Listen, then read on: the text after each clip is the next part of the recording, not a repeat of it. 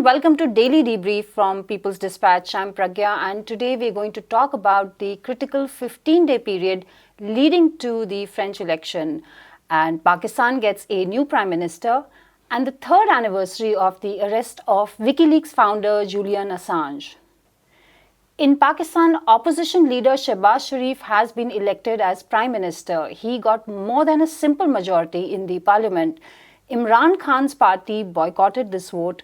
On Monday, Sharif, the former Punjab Chief Minister, was allowed to contest the election for the top post by the Supreme Court. Khan was ousted from power after he lost a no-confidence vote in the National Assembly. The motion was first introduced last week, but the former cricket star blocked it by dissolving Parliament. The Parliament then voted on Monday after the Supreme Court ruled in favor of the vote.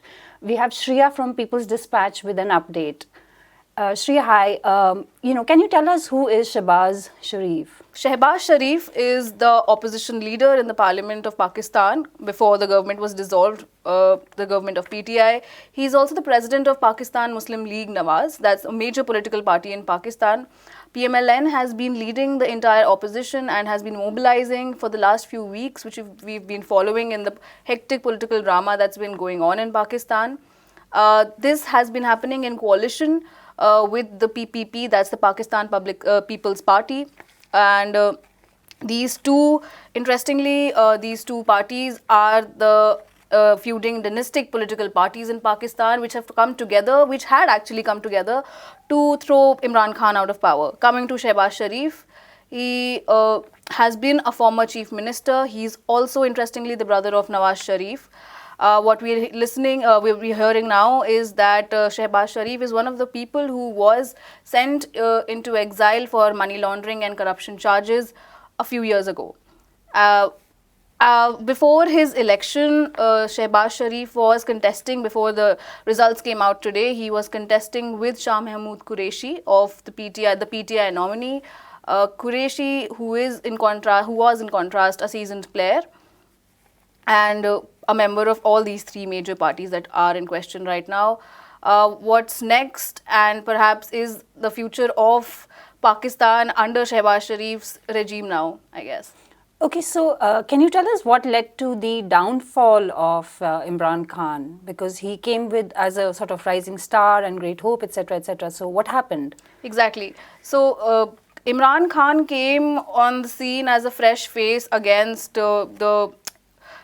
this binary of PPP and PMLN that the citizens of Pakistan had been offered for as long as they can remember. And his promises of removing corruption, of his promises to the youth for employment, they've seemed to fail, all of them, first and foremost because of the economic mismanagement that PTI government has somehow not been able to address in its time, and since it came to power in 2018. Total external debt of Pakistan is somewhere over 40% of the GDP. The inflation is in double digits, 13% last recorded in February. And the rising cost of living literally every day. So Pakistan under Imran Khan has seen a lot of economic mismanagement, ignorance from the side of the government of people's issues like cost of living, like fuel prices, which have seen an erratic behavior, erratic policy making rather. So that is one of the reasons. What we've also been hearing is that there is another possible reason of fallout of between the PTI government, Imran Khan specifically, with the establishment in Pakistan, that's the military, and within the party itself, as we can see through the major defections that happened right before this entire climax was reached. So that's one of the reasons. And what we can say is PTI is still going strong in the sense that before the election today, PTI lawmakers have walked out of the parliament, resigning from their positions. So what PTI is going to do ahead, what Imran Khan's move is going to be, it's not like he's out of the scenario completely. The current government that has been elected with Sharif now, it will be in power till 2023 until fresh elections are scheduled for the National Assembly. So let's see what's going to happen now. Yeah. Yes, thank you so much, Shreya, for that. Let's go over to France. In 2 weeks, Emmanuel Macron will face Marine Le Pen, a far-right nationalist, to top the first round of the French election. When these two candidates faced each other in 2017, Macron defeated her by 66 to 34%. But geopolitics is pitched very differently in a post-COVID world. Macron's presidency will have voters decide how the COVID pandemic was handled by France, the situation after the Russia-Ukraine conflict, and the European Union's role in this conflict, other than rising prices and loss of jobs that has hit the world economy. Let us go over to speak to our correspondent Abdul about some of the issues relevant to whether Macron remains in the presidency. Abdul, how do we assess Macron's term in power so far? What are the major policy decisions he took? Well, he is known centrist, and centrist usually what they do, they try to balance between the left and right. But what we have seen in France in the last 5 years is basically a very radical, radical is the wrong term, but still very ruthless neoliberal implementation of neoliberal policies. The policies which were not initiated, most of them were not initiated by Macron himself. It was basically started during his predecessor, Hollande's regime. Because of those policies, what we have seen that the France, particularly the poor and working class population, has suffered a lot. The living standard has gone down. Inequality has increased like never before. France also has seen a concentration of wealth among the rich because of the corporate policies followed by it. Then there is a strong anti-immigrant, anti-refugee sentiment in France. So Macron has basically tried to seek legitimacy for his neoliberal policies while selling the idea of kind of adhering to or kind of going along with the hardcore agenda of anti-migrant policies, anti-minority policies. So what generally that some of his anti-minority policies verges on the side of Islamophobia also. So you will see in last 5 years what he has done. If you see the history of the immediate years when he came to power, the LOist movement, which was initially a working class movement, he used massive force against those who were participating in the movement. Then he basically, at the end of, in last 2 years during the COVID period, his government basically initiated a law called so-called anti-radicalization law, which legitimizes state surveillance of the minorities, particularly the Muslims. He has also ruthlessly backed the European Union's policy of shutting down migrants from all parts of the world, and he has also tried to please the right-wing constituency in the country. So, just to kind of sum it up, Macron's 5 years rule is basically right-wing. He has followed the right-wing policies, but he tried to kind of, because he's known centrist, so he's basically not seen as bad as Marine Le Pen. So that is how you can see his regime in last 5 years. Okay, Abdul, how do we, can you help us also understand the runoff so far? What's happening? It's very complicated picture. If you see the polls, so far there are many polls, but most of them are predicting a very close contest. In the run-up, Macron is leading, of course, but the lead is very small, 1 percentage point. 51 versus 49 or 49.5 in some polls. So it is very close. If you see the breakup of the final, the first round of the votes, you will see that Macron has got around 28% of votes. Le Pen has got around 23-24% of the votes, and the left-wing candidate has got around Mélenchon has got around 20 or 21% votes. These are the main contenders. So the final result will be determined how the vote of the rest of the candidates shift.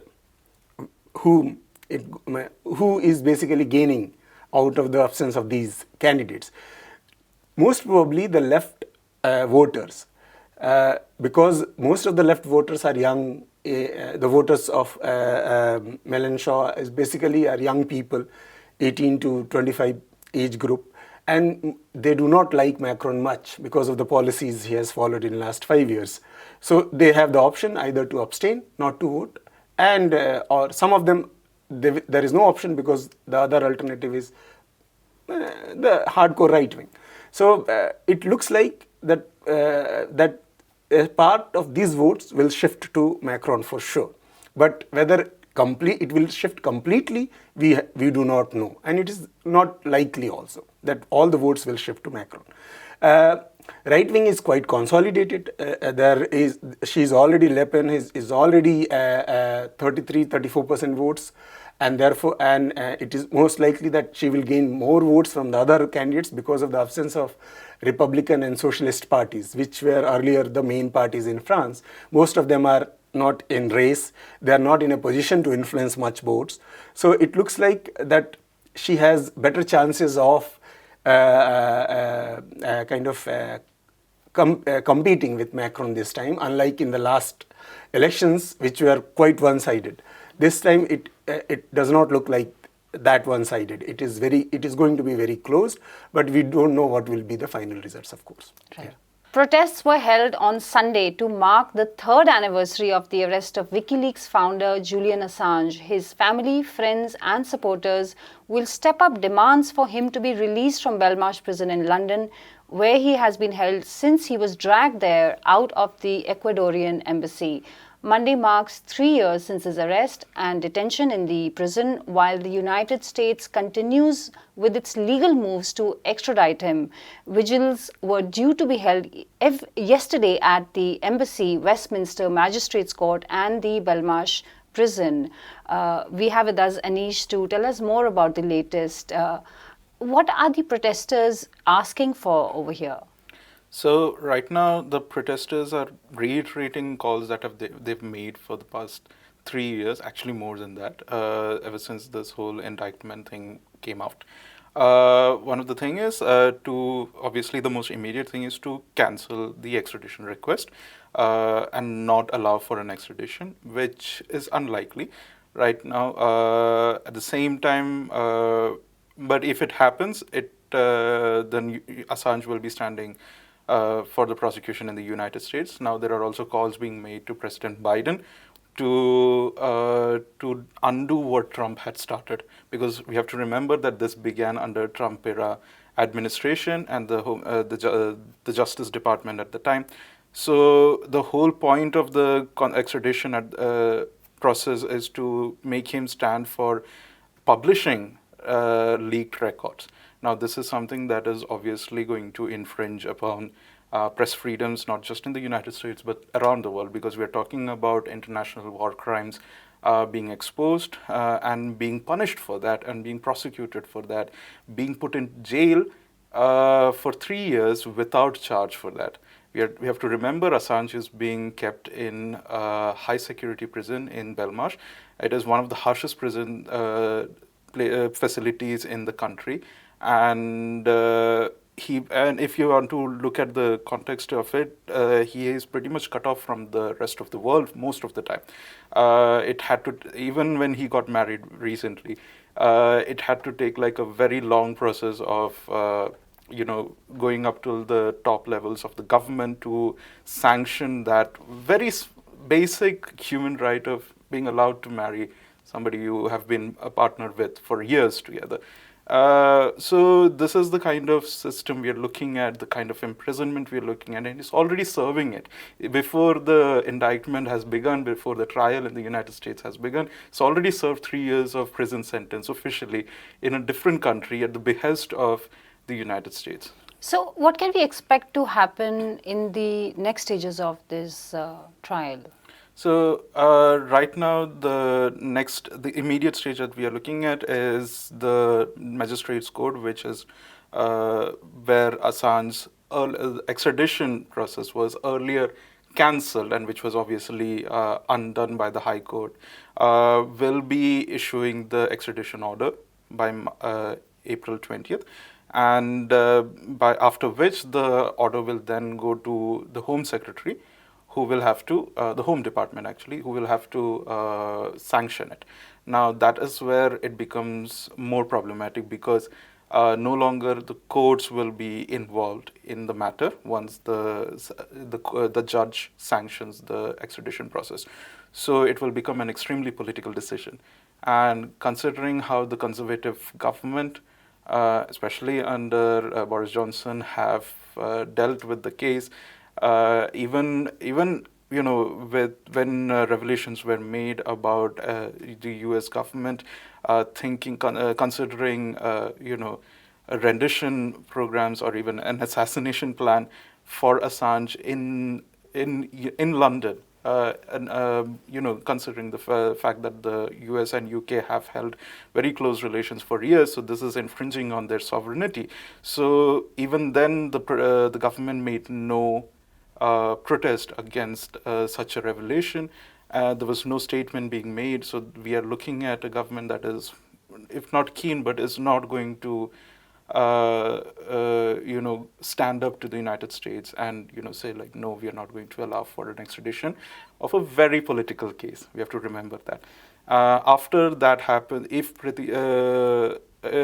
Priti Patel, who is the Home Secretary, receives the extradition order from the magistrates court, the defense has until late May to send in submissions against the extradition. Now, again, as I said, the decision will be entirely political. She may or may not want to give the reason. It is not incumbent on the Home Secretary to actually give any kind of reason for why the extradition is necessary at all. The Supreme Court, having washed off its hands off the case, it is going to be completely arbitrary in many ways. If you're not like the checks and balances that you expect the judiciary to go through is not going to be there. So it is going to be a very difficult next few months for Assange, because extradition seems quite imminent at this point. So his family had earlier said that he had been very unwell, and also, can you tell us a little bit about him as a journalist who has made very startling revelations about an important event? So in that we have to, as I pointed out, Assange is put in one of the harshest prison facilities in the country, and that has actually affected not only his mental health but also his physical health, especially during the COVID-19 pandemic. There was reports of dozens of cases in his own wing of the prison facility of COVID cases being reported, and even then the government did not, especially considering the fact that Assange is risk prone to COVID-19. He is high risk actually. He's over the age of 50. He has a lot of pre-existing medical conditions, especially considering his mental health. He's going to be quite a major risk for the COVID-19, but there was no such consideration given by the government at that time. There was also issues of his deteriorating mental health. Journalists who reported during the trial have pointed out that there were a certain level of if not cognitive dissonance, but certain level of issues with him trying to remember certain things that is quite personal to him, that we would expect an average person to be remembering. The fact that he had troubles following through the trial, even not because of the legalities, but because he was just not very mentally fit to go through that. So we are looking at a person who's being punished 24/7. He has been cut off from the outside world. He barely even gets to speak to his own lawyers regarding his own case. And this was only exacerbated during the COVID-19 pandemic, when the prison authorities have used that as an excuse to actually isolate him even further. And so this is the situation we're looking at. We're also talking about major weight loss and so on and so forth. And this has been reported by not just his family and his lawyers, but also medical experts, even the UN investigator who actually went through his medical records, who put him through tests by professionals, psychiatric professionals, have pointed out these facts, and this is like public detail, and even then courts and the government have overlooked this. And this has to do, as you pointed out, the stark revelations that he has made throughout his career as a journalist, even while he was in hiding in the Ecuadorian embassy. Assange's contribution in exposing US war crimes and NATO war crimes is unparalleled in modern world, actually, if you think about it. Even previous exposés that other publications have done cannot be compared with the kind of troves of information that he has released in public interest, and that only makes it a major international press freedom issue. And this is something that is often overlooked by, obviously, the mainstream press in the United States, but also the political class, the political elites in the West. Yes, thanks very much for that update, Anish. And that's all we have today. Thank you for watching Daily Debrief. Do come back tomorrow, and please visit www.peoplesdispatch.org and follow us on Facebook, Twitter and Instagram.